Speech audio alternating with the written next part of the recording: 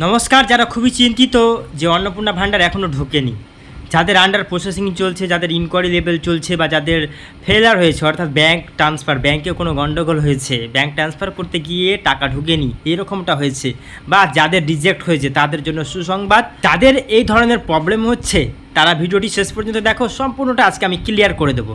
তো প্রথমেই বলি, যাদের আন্ডার প্রসেসিং চলছে তারা চিন্তা করবে না, তাদের টাকা কিন্তু ঢুকতে চলেছে।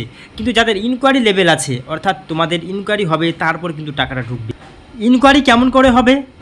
যে ফর্মটা বা অ্যাকনলেজমেন্ট স্লিপটা আছে, সেই অ্যাকনলেজমেন্ট স্লিপ এবং তোমার যে ফর্মটা 4টা বা 5টা পেজ বেরিয়েছিল, সেই ফর্মটা নিয়ে এবং যা ডকুমেন্টস রয়েছে সেই নিয়ে তোমার পঞ্চায়েত অফিসে বা বিডিও অফিসে যোগাযোগ করতে হবে এবং সেখানে তোমার ভেরিফিকেশন হবে।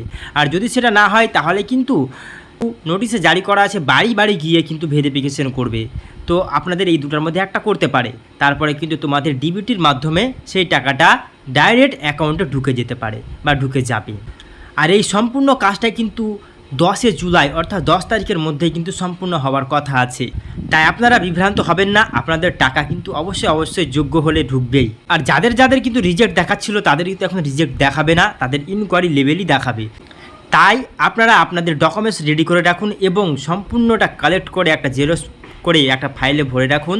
যে কোনো মুহূর্তে ইনভেস্টিগেটর আপনার বাড়ি চলে আসতে পারে ভেরিফিকেশন করতে। তাই তৈরি থাকুন এবং রেডি থাকুন। ধন্যবাদ।